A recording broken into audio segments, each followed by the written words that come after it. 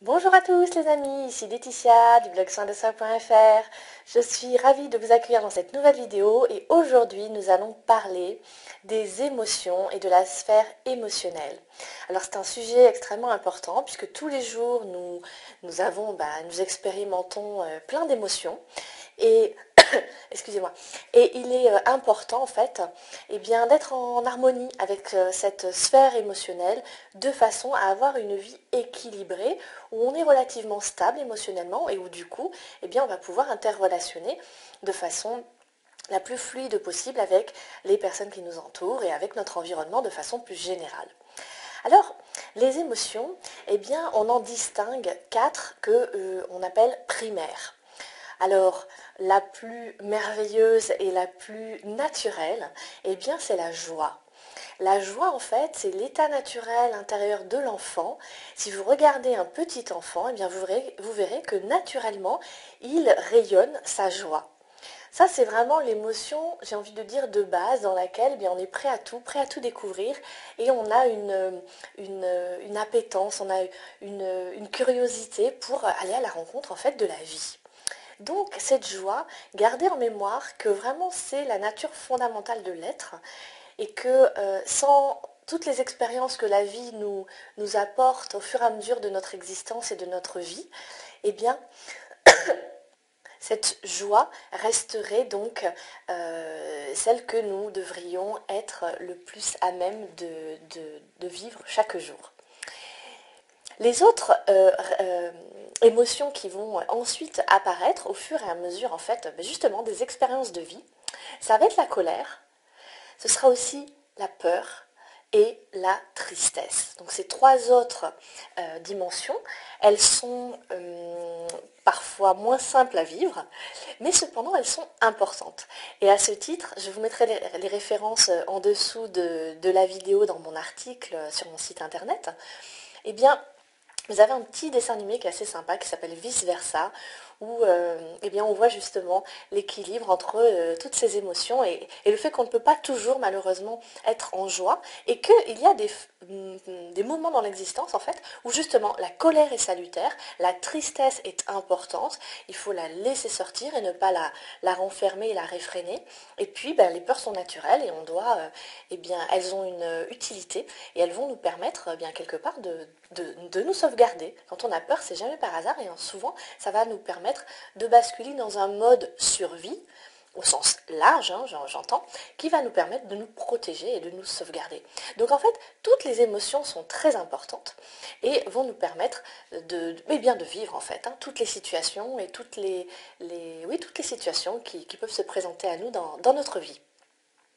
Alors à ces émotions primaires s'ajoutent donc des émotions que l'on va appeler secondaires. Ces émotions secondaires, ce sont par exemple toutes les nuances des quatre émotions primaires. Donc on va retrouver par exemple le chagrin, on va retrouver les terreurs, on va pouvoir trouver également des moments en fait d'extase, quand la joie est très très intense. Et puis quand la colère est très intense, on va pouvoir également trouver plus des moments peut-être de fureur. Voilà. Alors en fait, le panel est très très large. Et ce qui est intéressant, c'est de voir en fait avec quelle nuance et quelle subtilité toutes ces émotions vont pouvoir se manifester dans nos vies. Et puis on a également des émotions qui sont plus en fait, on va dire, des mixtes de plusieurs émotions primaires, voire de plusieurs émotions secondaires. Donc par exemple, si on prend la honte, ça va être un espèce de mélange entre une colère et une peur, une angoisse que l'on va même en fait pouvoir bien presque retourner contre nous. Alors ce qu'il est intéressant de noter, c'est que ces émotions, elles vont avoir des impacts au niveau de nos réactions biologiques, j'ai envie de dire physico-chimiques, biophysiologiques, puisque vous vous souvenez certainement d'émotions, de situations dans lesquelles vous avez expérimenté. Alors par exemple, on peut avoir les mains qui tremblent, on peut avoir de la chaleur qui monte, des rougeurs qui apparaissent sur le corps, on peut avoir plein de manifestations physiques, vraiment du corps, qui nous montrent qu'on est dans des émotions importantes. Notamment, une émotion peut tout à fait déclencher carrément bien les jambes qui se dérobent et puis un malaise en fait. Hein. Donc toutes ces réactions sont importantes pour pouvoir sauvegarder l'individu et pour pouvoir en fait trouver une issue favorable à la situation que l'on est en train de vivre dans l'instant présent. Alors toutes ces émotions vont subtilement s'entremêler et puis elles vont avoir un impact très clair au-delà de l'aspect physiologique et manifestation extérieure de ces émotions. Ces émotions vont poser en fait des actes, vont nous obliger à trouver des réponses adaptées, très souvent de protection de notre être.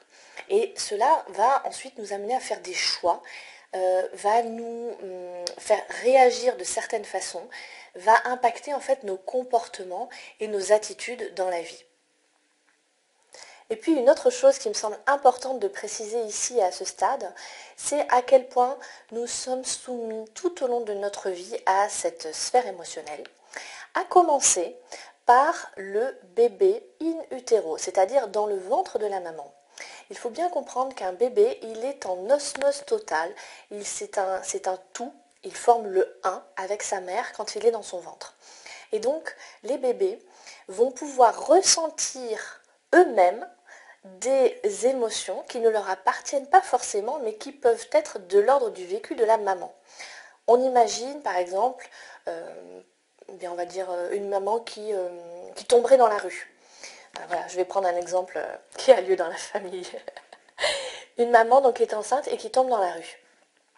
Le mouvement de chute va entraîner donc une peur de la maman, d'abord pour elle et puis aussi évidemment pour son bébé.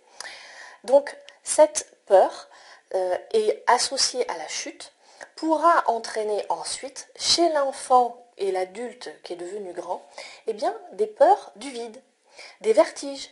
Typiquement, on peut trouver ce type d'origine par rapport à des peurs du vide.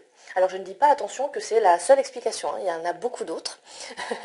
Le champ est vaste, mais ça peut être une explication, une origine. Alors, face à ces émotions, que faire? Je voudrais partager avec vous quelques clés, je vais essayer de vous en partager 3. La première des choses, il va s'agir de reconnaître l'émotion qui monte. On imagine, vous êtes en réunion professionnelle par exemple, et puis il y a quelque chose qui se passe mal, qui déclenche en vous peut-être une colère irrépressible.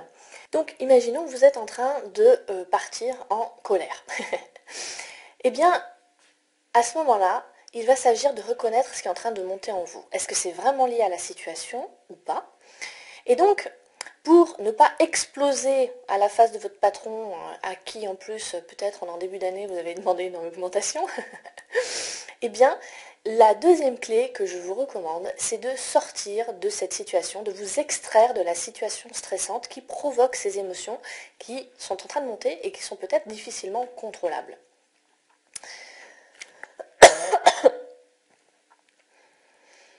Alors, ce n'est pas toujours évident, mais il y a quand même une excuse qui est assez valable pour un petit peu tout le monde et dont moi j'ai beaucoup usé, c'est de prétexter d'avoir besoin d'aller aux toilettes. Voilà. Ça donne une excuse qui est tout à fait acceptée par l'environnement et ça vous permet de vous extraire de cette situation. Une fois sorti de cette situation stressante et émotionnellement difficile, ça va être important en fait de ne pas vous accrocher à cette émotion, c'est-à-dire d'accepter de la laisser partir. Et là, on peut se dire évidemment que ce n'est pas évident, et je suis tout à fait d'accord, surtout que associé à l'émotion, qu'est-ce qui va se passer? Votre mental va commencer à mouliner. Il va donc s'agir de laisser partir l'émotion, de vous en libérer en fait, sans forcément faire quelque chose de spécial, mais simplement en décidant d'arrêter de penser à ce qui est en train de monter en boucle. Parce qu'en fait, en général, en imaginant que vous êtes mécontent parce que cette colère est montée parce que vous trouvez peut-être qu'il y a une situation d'injustice dans l'entreprise. Qu'est-ce qui va se déclencher à ce moment-là? Vous allez penser, et là on n'est plus dans l'émotion, vous allez commencer à penser à toutes les situations où vous avez été énervé face à votre boss. Et qu'est-ce qui va se passer? La colère va s'amplifier. Monter, monter, monter, monter. Donc là, il s'agit de se dire, je dois retourner dans la salle de réunion dans pas longtemps. Donc, laissons passer cette émotion et puis on la gérera plus tard. Alors, on verra, pour faire passer cette émotion de façon rapide en 1 minute dans les toilettes, je vais demain vous parler d'une technique qui est tout à fait intéressante pour pouvoir, voilà, souffler et laisser revenir à zéro au niveau émotionnel et laisser passer l'orage. Donc dans cette phase, il est important d'éviter de ressasser. Vraiment, là, il faut bien que vous compreniez et que vous arriviez à dissocier l'émotion qui monte, le comportement qui en résulte, on commence à bouillir, on commence à chauffer, on commence à... Voilà. Et puis, toutes les pensées et croyances qui vont ensuite se mettre en route dans la tête et qui vont amener en fait à vraiment penser en boucle à ce problème. Voilà donc les 3 clés que je voulais partager avec vous. Nous verrons donc demain pour aller plus loin, pour désamorcer la montée émotionnelle. Et puis j'ai envie de rajouter aussi un 4e point qui me semble très important, c'est d'éviter dans ces situations-là de prendre des décisions à chaud. Essayez en fait de tempérer du mieux que l'on peut. Donc notamment les techniques de respiration sont très intéressantes pour cela. Et là aussi on va en parler dans les vidéos à venir. Et donc, éviter de, par exemple, dire des mots qui peuvent blesser et qui, ensuite, sur lesquels il est assez difficile de revenir, même en s'excusant. Et puis, évidemment, de prendre une décision fatale. Il ne s'agit pas de revenir au bureau et puis, pouf, de balancer votre démission. Ce serait un peu trop à chaud et peut-être que vous le regretteriez ensuite. Et probablement que ça vous mettrait dans dans des situations très difficiles à rétablir par la suite. Voilà les amis, ce que je souhaitais partager avec vous dans cette vidéo introductive aux émotions. Comme je vous le disais, nous allons voir plusieurs techniques pour pouvoir calmer ces émotions et ces montées émotionnelles. Et puis on en a déjà vu une aussi, hein. Donc je vous rappelle qu'on a déjà vu Ho'oponopono la semaine dernière. Voilà les amis, je vous invite à vous abonner à ma chaîne YouTube, à vous inscrire à ma newsletter pour pouvoir recevoir les vidéos au fur et à mesure de leur publication de façon à n'en manquer aucune et à pouvoir suivre ce flux du défi des 31 jours pour prendre soin de soi. Je vous dis au revoir et à bientôt, à demain.